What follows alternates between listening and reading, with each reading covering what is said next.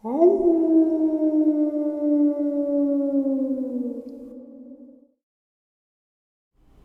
greetings and salutations, everyone, and welcome back to tonight's second half. Before we get into it, though, a couple links.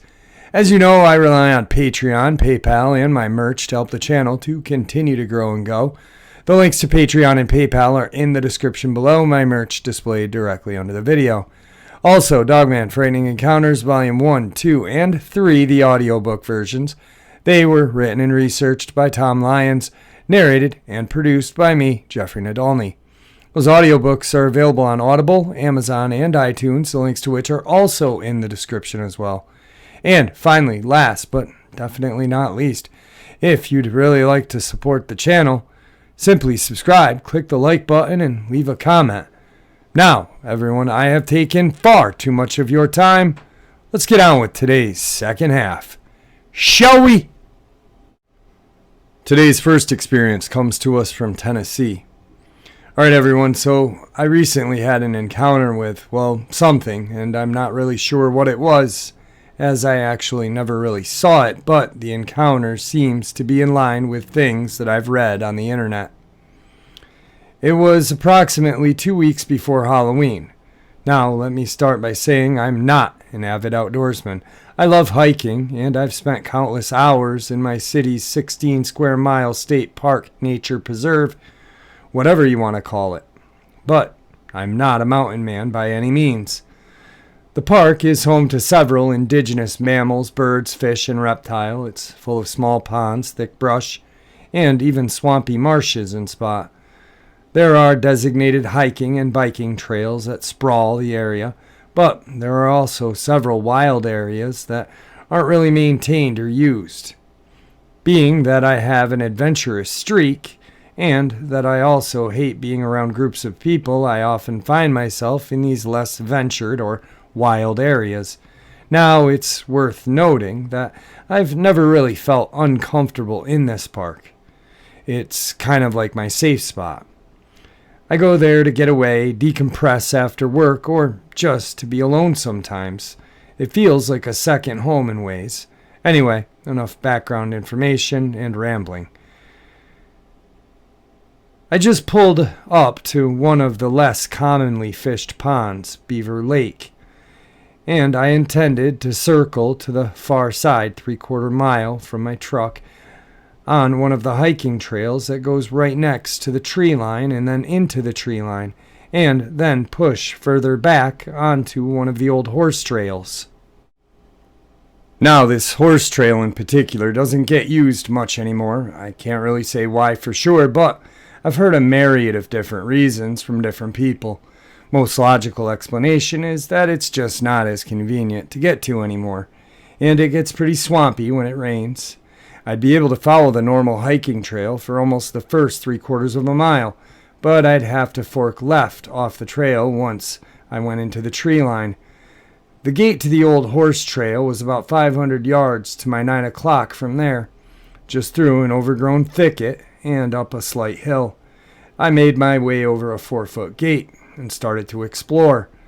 I had about an hour and a half before sunset, and I had a strict F the woods policy at night. So, I'm watching my time. My main goal for this adventure was to snap some pictures of the area for a project I had been working on, and I'll admit, I was a bit more distracted than normal. Anyway, close to an hour had passed. I had gotten some good shots and figured now was a good time for my egress. It'd take me close to 30 minutes to get back to my truck, and I was not keen on being stuck in an unfamiliar area at night. I set my backpack down on a stump and dropped to one knee, and started packing and organizing my stuff. I'm really not sure what the catalyst was, but I suddenly felt this terrible sense of dread. I slowly turned and scanned my surroundings. Nothing really seemed out of place. I stood up and grabbed my bag. When I took a step forward, a leaf crunched under my boot, and I realized that everything was dead silent. Now, as I said above, I'm not an avid outdoorsman by any means, but I know well enough that silence like this is an indication that a predator is nearby, and you need to quickly but calmly make your way out of the area and stay vigilant. It's worth noting that while mountain lions and black bears are not technically indigenous to my area, there have been more than enough caught and relocated for it to be a valid concern. I've been stalked by a mountain lion on one other occasion, and this felt eerily similar, so that was at the forefront of my mind. I'd been moving for probably 5 minutes, and everything honestly seemed fine. I'd lulled myself into believing that I was overreacting and that everything was going to be okay. I didn't see anything, I didn't hear anything. Good, right? Wrong. By this point, the trail was completely overgrown on both sides. I could see fairly clearly behind me and a decent way ahead, but my left and right may have well been a falling colored walls. I must have gotten lost in the thought for a moment because I tripped over a root and ate crap. As I picked myself up, I started hearing this soft, cooing or chittering off to my right. It sounded like a mix between a dove and the predator. It would start with a coo or a yelp and end with this weird chattering sound. I'm actually sitting here trying to replicate it, and I sound ridiculous. I'm not sure my throat is even capable of recreating it. Anyway, I'm out of shape and there is no way I'm outrunning anything, so I scramble up, plant my feet, and try to make myself look as menacing as a fat 22-year-old with a backpack and glasses can look. About 100 yards ahead of me, which would have originally been behind me had I not fallen, so toward where I had taken the pics and was moving away from, I saw the underbrush start to shake, and it sounded like something was tearing through it. I only had maybe 20 minutes of daylight at this point, and it would take me at least that long to make my way back to my truck. So I did exactly what you are not supposed to do. Naturally, I turned around and I effing booked it. Knowing good and damn well that I can run for maybe a half a mile, 3/4 of a mile if something's trying to kill me, maybe. I could barely hear anything over my own footfalls and the sound of my heart pounding. But whatever it was chasing me through the underbrush, it was gaining on me. May have well been 15 yards behind me at this point, and I still had a ways to go. I don't know if fear kept me going or what, but I reached deeper and just kept running. My breath got shallow, my vision started blurring, and I was honestly about to collapse when I saw the gate to the horse trail about 300 yards ahead of me. This thing is right on top of me by now, and as soon as I came within arm's reach of the gate, I planted my foot on the bottom rung and launched myself over it. My landing was not graceful. I landed on my right shoulder, tumbled several yards down the hill into a puddle of mud. I wasn't thinking straight now. I stood up, shaking, and I started making my way toward the tree line and pond. I knew what direction to go, and I didn't even bother finding the hiking trail. I just crashed through the brush and undergrowth like some kind of barbarian. I didn't care about the cuts or scrapes or massive amounts of noise I was making. My only thought was to get out. That chattering noise hadn't stopped, and I heard something still moving through the brush at the top of the hill. It wasn't trying to be quiet anymore either. I finally broke through the tree line, and I could see my truck parked across the pond at the top of the hill. I finally took a deep breath and started slowly walking away from the tree line. That ominous feeling lifted, and I started making my way up the trail alongside the tree line. I was able to catch my breath for about 15 seconds, and I heard this god-awful cooing, chittering sound again, and I turned to look back at the tree line behind me. So, at the point, there's a trail leading into the tree line in front of me, a tree line to my right, water to the left, and a trail leading alongside the tree line and around the pond to the cars behind me. The direction I needed to go was going before I heard the sounds again. The underbrush at the tree line ahead of me started to shake, and fear took over. I'm thankful that my bag was waterproof and that my phone is water resistant because I jumped in the pond and swam. I've never told this story to anyone in my personal life. They would definitely think I was crazy. I doubt they'd even consider me credible, especially given my interest in Bigfoot and other cryptids. I don't know what was stalking me this day. I know I wound up cold, wet, and a bit shaken up. I also know not been back to that part of the park. And I can't come up with a good explanation. Beaver Lake is off limits for me now. I think I'll just continue exploring and hanging out in a slightly more populated side of the park. Today's second encounter. This happened a couple of years ago, and I'm sharing it now because, well, I really don't know. I usually refer to it as my Bigfoot experience, but it could be a crawler. Anyway, this was a couple years ago in southern Indiana, near Evansville. It was 2 a.m, and my friend and I had decided to go for a joyride. This would have been the fall, maybe September, October. I can pin the date to the time of year because I live around a bunch of fields and corn stalks were really high. I'd say approaching 10 feet. We're just driving around when I decided to turn on this old country road because it led to a local animal shelter. I'd never seen the shelter before, and I wanted to see what it looked like. Yeah, this is the kind of stuff I like to do on joyrides. Both me and my friend were completely sober. The road ended up being much longer and roundabout than I anticipated, and we basically drove through a bunch of farmland. We were listening to music, and I was driving pretty slow. We got to the long road surrounded by corn stalks when I heard my friend yell out, "Holy yeffin' S!" I put my brakes on and asked, "What's up?" He looked over to the left. I'll describe what I saw as well as I can. Hovering above the tops of the stalks was the top half of a very, very thin body. I remember it had wide shoulders and what appeared to be, in the moonlight, kind of long and swooshy hair.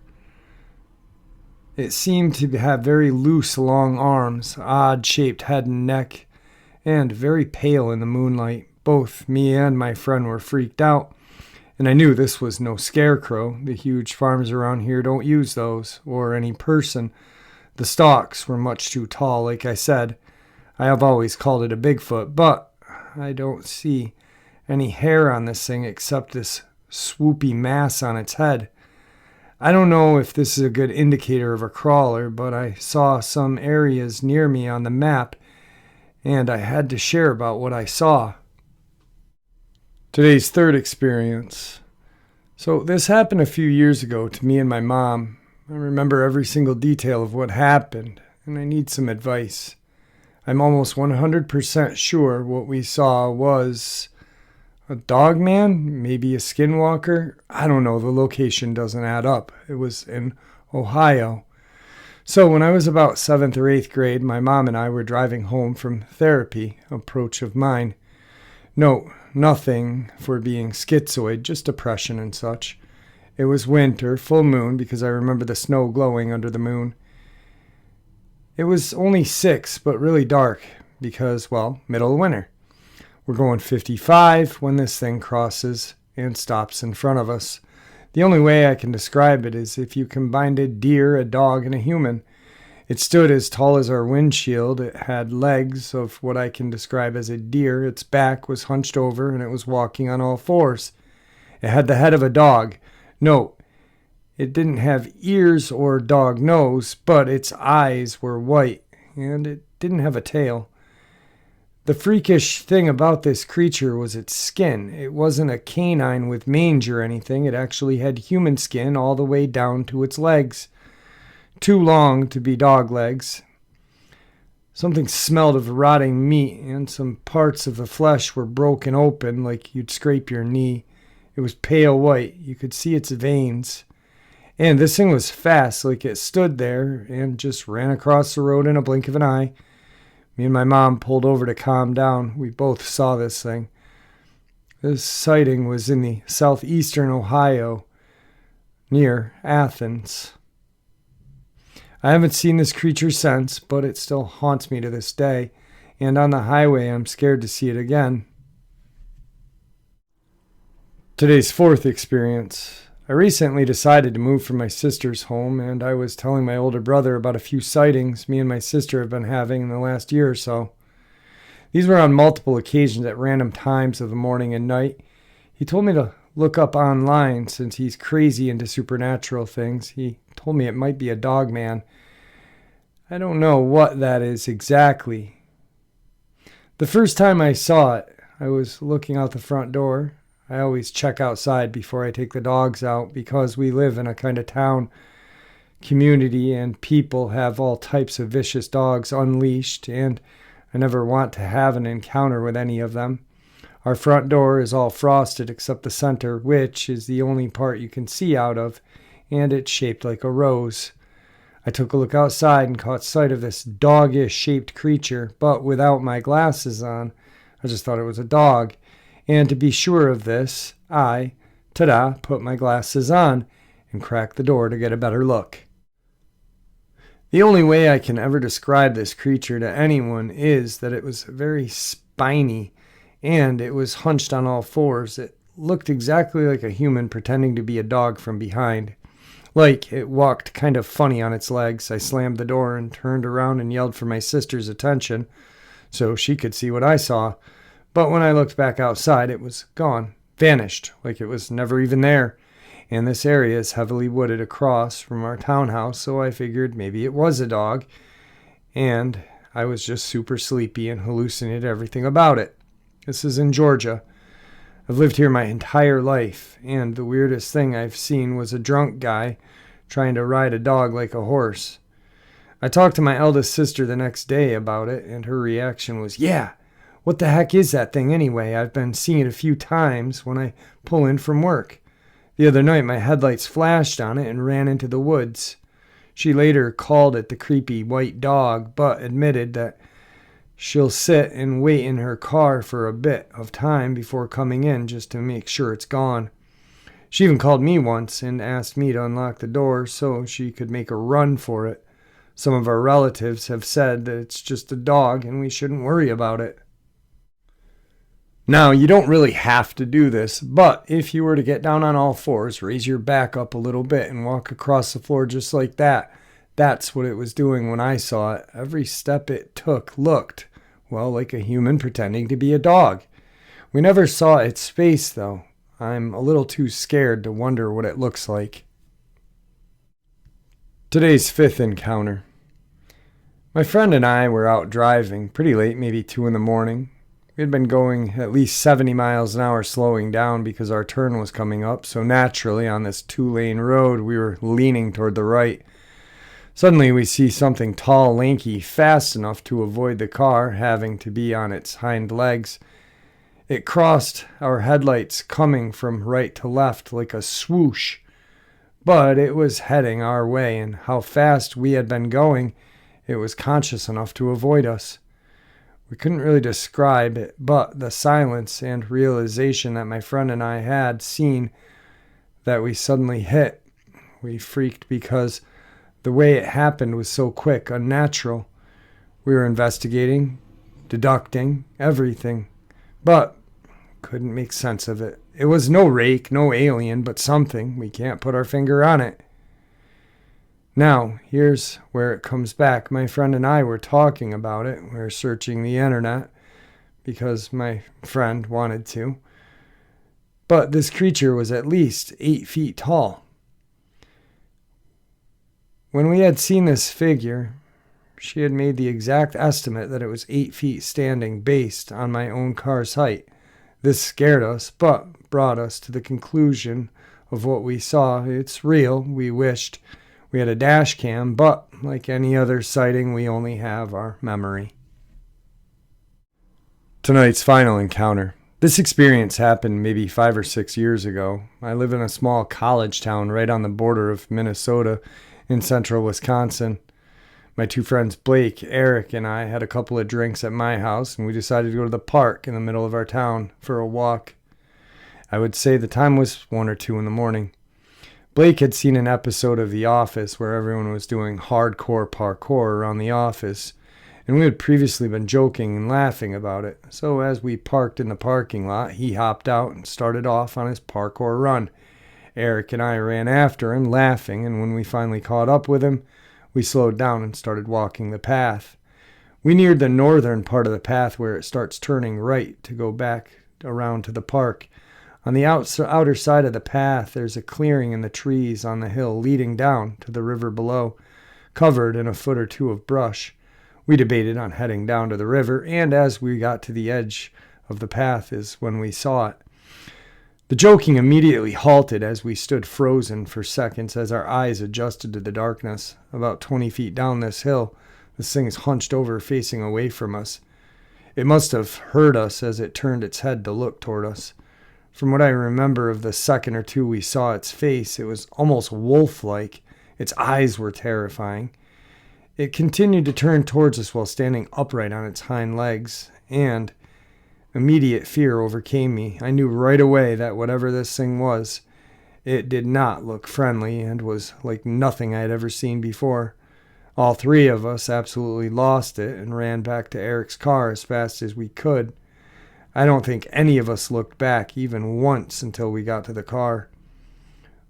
We asked each other what the was that thing, and not a single one of us had even a close to slightest explanation as to what we saw. I stumbled upon an old scary story book in our library. There's an old story from western Wisconsin about a Wendigo. I don't know if that's what we saw or not.